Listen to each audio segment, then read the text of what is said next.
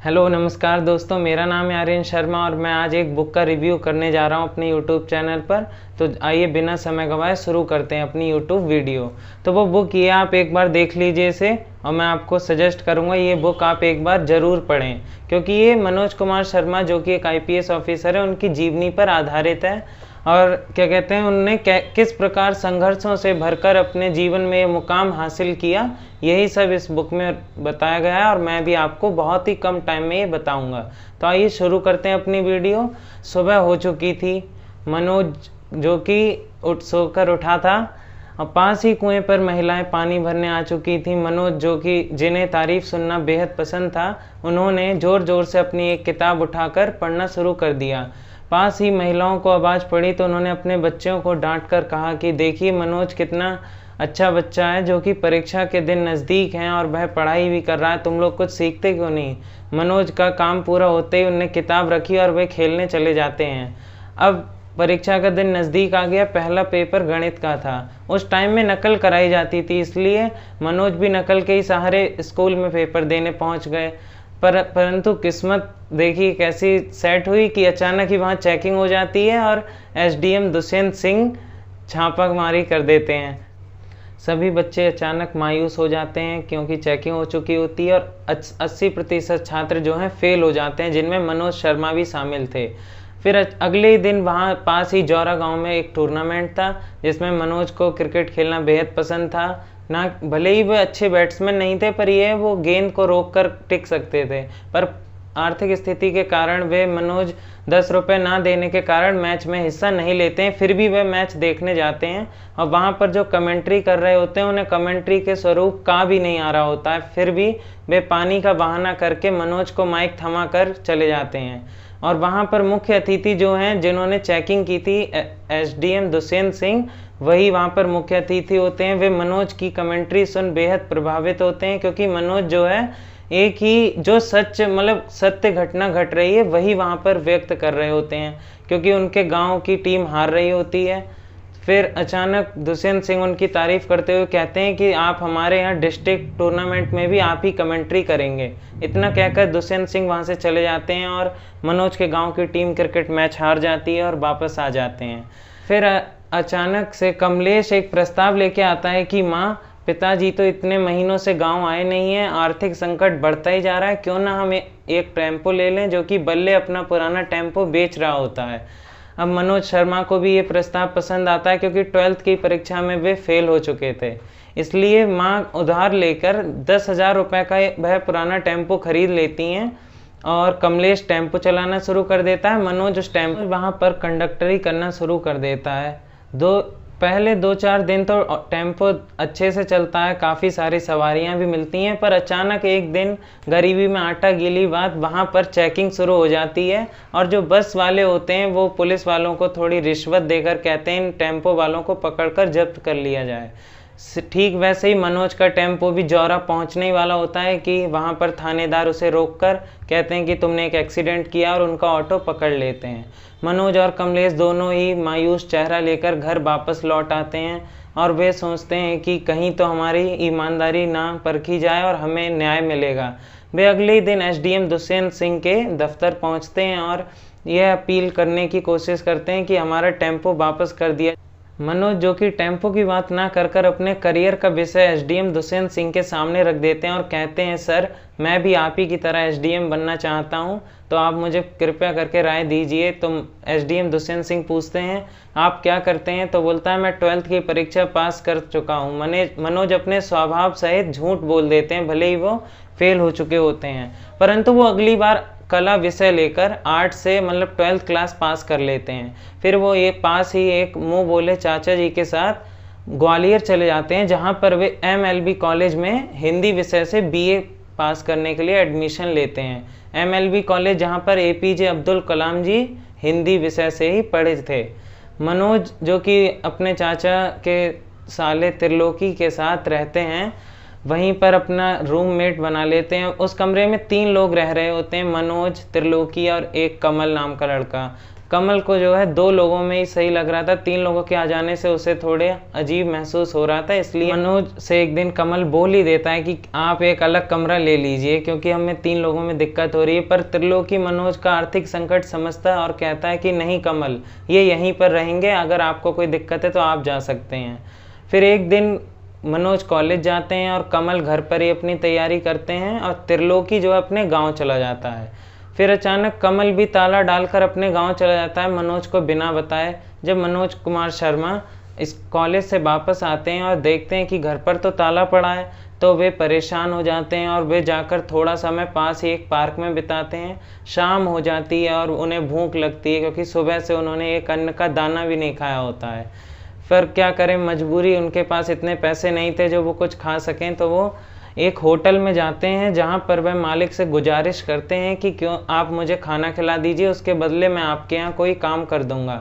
मालिक बहुत ही दयावान होता है और वो कॉलेज के लड़कों की स्थिति समझता है कि ये आर्थिक संकट से जूझ रहे हैं, इसलिए वह उन्हें खाना खिला देता है। और मनोज उसके बदले कहते हैं अब आप मुझे कोई काम बताइए क्योंकि मैं निःशुल्क कोई काम नहीं करता। तो वो मालिक बोलते हैं कोई बात नहीं मनोज, तुम जा सकते हो, हमें कोई काम नहीं करवाना। पर मनोज एक दृढ़ संकल्पी होते हैं क्योंकि वे अपने पिता के ही गुणों पर गए होते हैं। वे बोलते हैं कुछ ना कुछ काम तो आपको बताना ही होगा। तो वे ज़बरदस्ती वहाँ पर बर्तन धोने का काम करते हैं। तो मनोज बर्तन धोकर वहाँ से आ जाते हैं और फिर उनके बीए की फाइनल ईयर में भी वे 55% से अपना बीए क्रॉस कर देते हैं। फिर जब वे पेपर देकर आकर चबूतरे पर बैठे होते हैं तभी वहाँ पर एक अनजान लड़का आकर उनसे बोलता है हेलो, मैं विक्रमादित्य पांडे। और वे पांडे जी मनोज के घनिष्ठ मित्र बन जाते हैं, वे उनके घर पर आने जाने लगते हैं। फिर मनोज और पांडे एक सहपाठी की तरह पढ़ते हैं, साथ ही में तैयारी करते हैं क्योंकि पांडे जी भी यूपीपीएससी की तैयारी कर रहे थे और मनोज भी।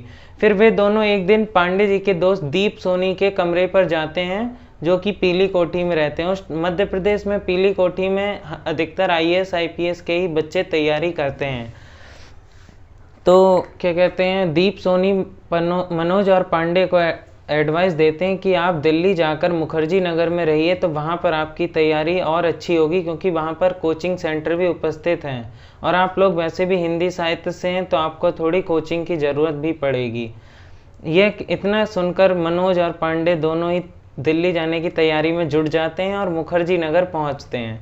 वहीं पर 1500 रुपये महीने में एक कमरा किराए पर लेते हैं, दोनों एक साथ रहने लगते हैं। पांडे जो कि हिंदी साहित्य में एक अच्छा छात्र रहा होता है वह कोचिंग नहीं लेता है, पर मनोज ने वहाँ मुखर्जी नगर में दृष्टि आईएएस कोचिंग सेंटर का काफ़ी नाम सुना रहता है, इसलिए वह हिंदी की कोचिंग ले लेता है। अब मनोज को वहीं कोचिंग सेंटर में एक श्रद्धा नाम की लड़की मिलती है जो कि उसका ज़िंदगी भर साथ निभाने आती है। पर क्या करें, कुछ ऐसे पल बनते हैं जो श्रद्धा को वापस जाना होता है क्योंकि वहाँ उसकी एमपीपीएससी में मेंस क्लियर हो चुका होता है, वह यूपीएससी का उस साल मेंस पेपर नहीं देती है। अब मनोज और पांडे एक साथ रह रहे होते हैं पर मनोज जो है श्रद्धा के ख्यालों में खोया रहता है।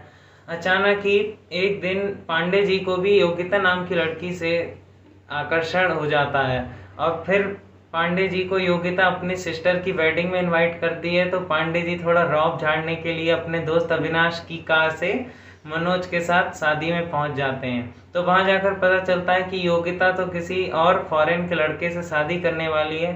ये सुनते ही पांडे जी का दिल चकनाचूर हो जाता है, उनका आकर्षण पल भर में टूट जाता है, टूट कर बिखर जाता है और पांडे जी और मनोज बिना खाना खाए ही शादी से वापस आ जाते हैं।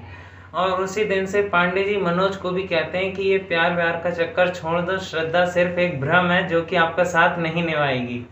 इतना सुनकर पांडे चुप हो जाता है और ये दुनिया मेरे काम की नहीं, ये दुनिया ये महफिल वाला गाना चलाकर सो रहा होता है। मनोज कहता है ये गाना बंद कर दो पांडे, मैं पढ़ रहा हूँ। पर पढ़ाई के नाम पर मनोज तो श्रद्धा के ख्यालों में खोया रहता है।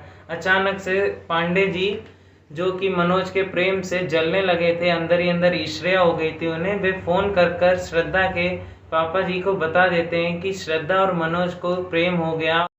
यूपीएससी की परीक्षा का दिन नज़दीक आ रहे थे, मुखर्जी नगर में जोरों शोरों से तैयारियां चल रही थी, पर मनोज और पांडे दोनों ही प्रेम के आकर्षण में खोए हुए थे। भले ही मनोज जो कि श्रद्धा से बेहद प्यार करता था और श्रद्धा अपने अल्मोड़ा शहर जा चुकी थी जहाँ की वो रहने वाली थी। और पांडे जी जो कि मनोज से जल रहे थे, उन्होंने श्रद्धा के पापा जी को फ़ोन कर कर बता दिया था कि श्रद्धा मनोज से प्रेम करने लगी है और पढ़ाई नहीं हो पा रही इनकी यहाँ पर सही से। अब मनोज को ये बात पता नहीं थी तो श्रद्धा के पापा ने उन्हें आने नहीं दिया। अब प्रीलिम्स देने मनोज, पांडे, अविनाश, नवल और गुप्ता पांचों लोग जाते हैं, पर प्रीलिम्स के क्लियर सिर्फ मनोज का और अविनाश का और नवल का ही हो पाता है। पांडे जी और गुप्ता जी वहाँ पर फिर से फेल हो जाते हैं। अब प्रीलिम्स क्लियर होने के बाद मेंस की तैयारी पर लग जाते हैं। मनोज को जो है इतिहास में थोड़ी दिक्कत हो रही थी, इसलिए वह दृष्टि कोचिंग सेंटर में ही इतिहास का भी विषय चुन लेता और उसकी भी कोचिंग लेना शुरू कर देता है। परंतु श्रद्धा अब तक नहीं आती है, इसलिए भी मनोज को एक और काफ़ी चिंता हो रही होती है।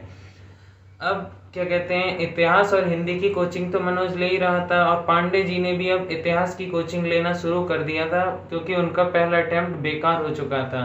मनोज का जो ये तीसरा अटेम्प्ट था, पर इस बार मेंस में मनोज और अविनाश दोनों ही फेल हो जाते हैं। बस फिर क्या कहते हैं, लास्ट और फाइनल अटेम्प्ट बचता है, जैसे मनोज, अविनाश, पांडे, गुप्ता, नवल पांचों एक फिर से देते हैं और पांचों में से फिर से 3 लोगों का ही प्रीलिम्स क्लियर हो पाता है और मेंस की बारी आती है। तो मनोज इस बार काफ़ी मेहनत करता है और मेंस भी क्लियर कर देता है।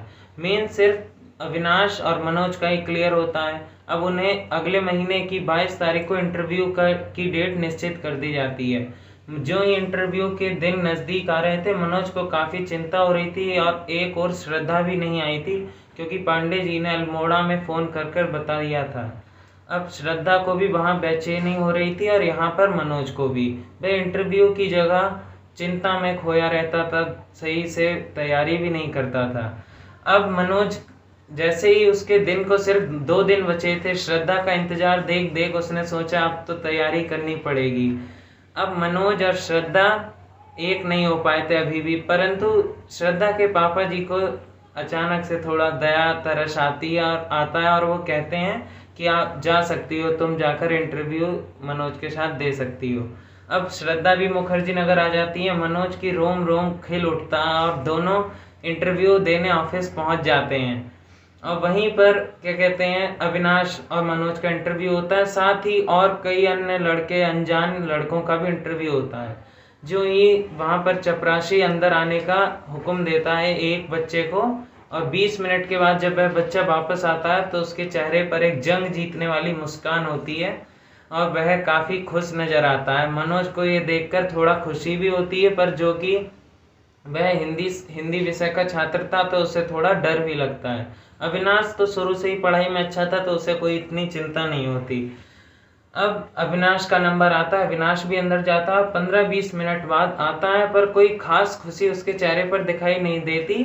वह थोड़ा मायूस लगता है क्योंकि उसने कई प्रश्नों के उत्तर सही नहीं दिए थे। अब मनोज का नंबर आ जाता है। मनोज ज्यों ही अंदर घुसता है वह सभी को नमस्कार करते हुए अपनी जगह ले लेता है, वहाँ पर बैठ जाता है। अब उस पर क्वेश्चन दागे जाते हैं। सबसे पहला क्वेश्चन पूछते हैं कि मनोज जी, आप तो 12th में फेल हो गए थे, फिर आपने यहाँ तक आने का कैसे निर्णय लिया?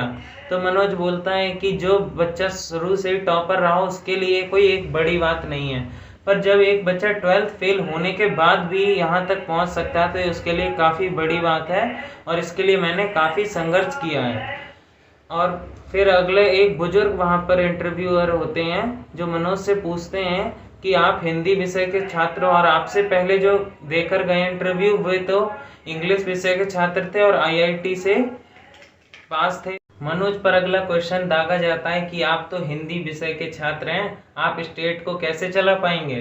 तो मनोज के चेहरे पर एक घबराहट आती है। तभी इंटरव्यूअर कहता है आप पानी पी लीजिए। तो मनोज साफ इनकार कर देता है कि मैं कांच के गिलास में पानी नहीं पी सकता, मुझे स्टील के गिलास में पानी पीने की आदत है। तो इंटरव्यू थोड़ा झुंझलाकर कहते हैं कि क्यों, पानी पीने से ही तो मतलब है, गिलास से क्या करना है? तो मनोज ठीक इसी का प्रेम के स्वर में उत्तर देता है कि सर ठीक इसी प्रकार भाषा से क्या लेना देना है, स्टेट तो कोई भी चला सकता है, बस वह इसलिए काबिल होना चाहिए। इंटरव्यूअर इस बात से बेहद खुश होते हैं और वे कहते हैं ठीक है मनोज जी, आप जा सकते हैं। और मनोज सभी को थैंक यू कहते हुए वहाँ से विदा लेते हैं। फिर तभी रिजल्ट का दिन आ जाता है। मनोज, श्रद्धा, अविनाश तीनों अपना रिजल्ट चेक करने पहुंचते हैं। मनोज, अविनाश और श्रद्धा रिजल्ट देखने पहुंचते हैं और तभी वहां पर अविनाश अपना रिजल्ट देखकर आता है और मनोज से कहता है कि नहीं हुआ, पर मनोज बेहद ही घबरा जाता है। और अविनाश का जो है ये दूसरा अटेम्प्ट होता है, इसलिए वह इतना चिंतित नहीं दिखता है, पर मनोज का ये आखिरी अटेम्प्ट था। श्रद्धा जो है मायूस चेहरा लेकर आती है और अचानक कहती है, मनोज तुम आईपीएस बन गए हो। मनोज को अपने कानों पर यकीन नहीं होता, फिर श्रद्धा से कहता है क्या? तो श्रद्धा दोबारा कहती है, मनोज तुम आईपीएस ऑफिसर बन चुके हो। मनोज एक जंग जीतने वाली मुस्कान लिए बाहर आता है और बाहर खड़े पुलिस अफसर से कहता है कि मेरा सिलेक्शन हो चुका है एक आईपीएस ऑफिसर के पद पर। अविनाश जो है मायूस चेहरा लेकर घर चला जाता है। श्रद्धा और मनोज एक और आ जाते हैं और आज प्रेजेंट में मनोज कुमार शर्मा महाराष्ट्र में एक कमिश्नर के पद पर तैनात हैं। और मैं आप सबको व्यक्तिगत तौर पर सजेस्ट करूंगा आप ये 12th फेल किताब एक बार जरूर पढ़ें और आप जरूर हमें बताइए कि आपको ये स्टोरी कैसी लगी। बेहद ही शॉर्ट स्टोरी थी। इस किताब में और भी काफ़ी मुख्य पॉइंट है जो कि आपको पढ़ने पर और रोचक लगेंगे। धन्यवाद।